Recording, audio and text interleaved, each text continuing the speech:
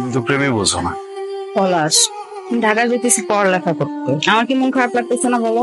তোমারে তো বললাম গতকাল যে একসাথে অনার্সটা শেষ করি, তুমি বললা যে তোমার বাড়িতে সমস্যা, এখন আসতে পারবে না। আর আমি তো আছি, ঢাকাতেই আছি। ঠিক আছে যাও, আমার জন্য অপেক্ষা করবা তো না? অপেক্ষা করবো তোমার সামনে। আচ্ছা ধরো, তোমার জন্য অপেক্ষা করলাম, ভার্সিটিতে একটা সুন্দর ছেলে, কোনো হ্যান্ডসাম ছেলে দেখে আপেটা গেলাম, তখন লাড়িতে ধরে নেব। অপেক্ষা করবো তোমার জন্য।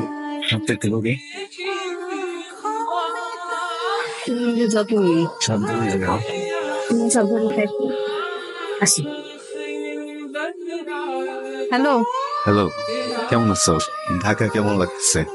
রুমমেটটা কেমন? না, রুমমেট তো ভালোই। আর সবচেয়ে বড় কথা হচ্ছে কি পলাশ, আমি তো লেখাপড়া করতে আসছি ঢাকায়, তাই না? কেমন সেটা দেখতে আসছি। আমার যেটা উদ্দেশ্য সেটা ঠিকঠাক মতো হলেই হয়। আমার কথা মনে পড়ে? না, আসলে আমি সিরিয়াসলি যদি বলি, তোমার অনেক মিস করতেছি। তুমি পাশে নাই, এই ব্যাপারটা না কেমন জানি লাগতেছে। সত্যি? সত্যি সত্যি সত্যি।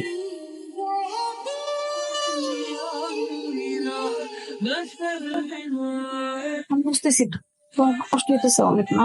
সরি, আমি আসলে থাকতে পারলাম না তোমার এই সময়। এখন তুমি যদি এরকম কান্নাকাটি করো, তো আন্টিরে কে সামলাবে বলো? বাবা মা সারা জীবন কারো থাকে না, একটু শক্ত হও। হ্যাঁ, শক্ত হওয়ার আর কিছু নাই, আমার সব শেষ হয়ে গেছে। কি বলতেছো তুমি এগুলা? সব শেষ হয়ে গেল মানে? আঙ্কেলের রেখা যাওয়া যে দোকান, ওইখানে তো বসতে হবে, তোমার সময় দিতে হবে।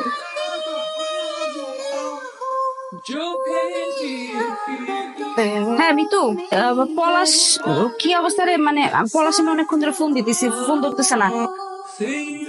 তোমার ফোন কি হচ্ছে? বলো না, এক কাস্টমারের হাতের সাথে বাড়ি লেগে ফোন তোরে পাইয়া গেছে, বুঝছো? ঠিক করে তুমি ছিলাম, বইটা ঠিক হলেন কোনোভাবে মেঘলার সাথে যোগাযোগ করতে পারিনি। কি অবস্থা, কতটা তো হয়েছে? ওই আমাকে পাঠাইছে, বলো তোমার নাকি 2 দিন ধরে ফোন বন্ধ। মেঘলা বাড়াইছে? ঠিক আছে, ওরা জানাও কিন্তু। তোমার মোবাইলটা ভাঙলো কিভাবে বলতো? আরে আর বইলো না। বুঝতে পারছি। আচ্ছা শোনো, আমি কিন্তু সামনের সপ্তাহে বাইরে আসতেছি। সত্যি? সত্যি। সময় দিব না আমাদের? আমি আগে আসি রে বাবা। তুই না বলে চলে আসলি, একটা খবর দিবি না? তোমার একটু দেখতে ইচ্ছে করতেছিল, আমি চলে আসছি। ভালো করছিস, আমারও মনটা খুব খারাপ লাগছিল, তোর দেখতে ইচ্ছে করছিস। চল। তোমার শরীর ভালো তো? একদম একদম। মানুষের জীবনটা কখন কি চেঞ্জ হয়ে যায় কেউ বলতে পারে না, বুঝছো? তুমি ঢাকায় আসলে না, তোমার পড়াশোনাটাও হলো না। পড়াশোনা তো করবো, এই সিদ্ধান্ত নিচ্ছি আমি তোমার সাথে ঢাকায় যাবো। তুমি এখন ঢাকায় যেয়ে কি করবে? তোমার সাথে থাকবো একই শহরে, প্রত্যেকদিন দেখা করবো, কথা বলবো। তোমার ছাড়া খুব কষ্ট হয়। তোমার মায়ের কথা চিন্তা করে হলেও তোমার কোথাও যাওয়া উচিত না। মন দেওয়া ব্যবসা বাণিজ্যটা করো, এটা কাজে দিবে। আসসালামু আলাইকুম চৌধুরী সাহেব। ওয়ালাইকুম আসসালাম। পর একটা কথা বলবো, মনে কিছু করবেন না তো? বলো বলো। আফজল সাহেবের ছেলের সাথে কি আপনার মেয়ের বিয়ের কথা চলছে নাকি? কি পাগল হইছো নাকি? ওই ফার্মেসির দোকানদারের ছেলের সাথে আমার মাইয়ার বিয়ে দেবো? আমি তোমার ভাইয়ের সাথে আমার মাইয়ার বিয়ে দেবো কইছি না? বা চৌধুরীর জবার এক ওই ছেলের সাথে আপনার মেয়েকে ঘোরাঘুরি করতে দেখেছি, ব্যাপারটা আমার কাছে ভালো লাগলো না। আছে, যাই চল। পলাশ, বাড়িতে তো অনেক বড় ঝামেলা হয়ে গেছে। কি ঝামেলা? আমার আর তোমার ওই দিন আব্বার এক পরিচিত লোক দেখে ফেলছে একসাথে, তারপর আব্বার এসব বলে দিছে। তোমার ফিরে আসছো কেন? আব্বা আমার বিয়ের জন্য উঠে পড়া লাগছে, আমার এবার সে বিয়ে দিয়েই ছাড়বে। মাথা ঠিক আছে তোমার? কি করলে তুমি? বিয়া ঠিক করছো মানে? আমার মাথা ঠিক আছে, তুমি খালি বুঝো না। তোমারে কত করে বলছি যে আমার সাথে চলো ঢাকা, একসাথে গ্রাজুয়েশনটা শেষ করি।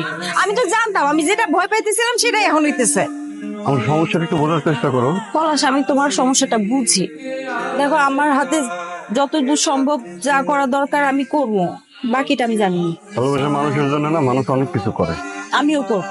আমি কি বলছি আমি করবো না চেষ্টা? কিন্তু আমার হাতে যদি কিছু না থাকে, আমি যদি কিছু না করতে পারি, আমার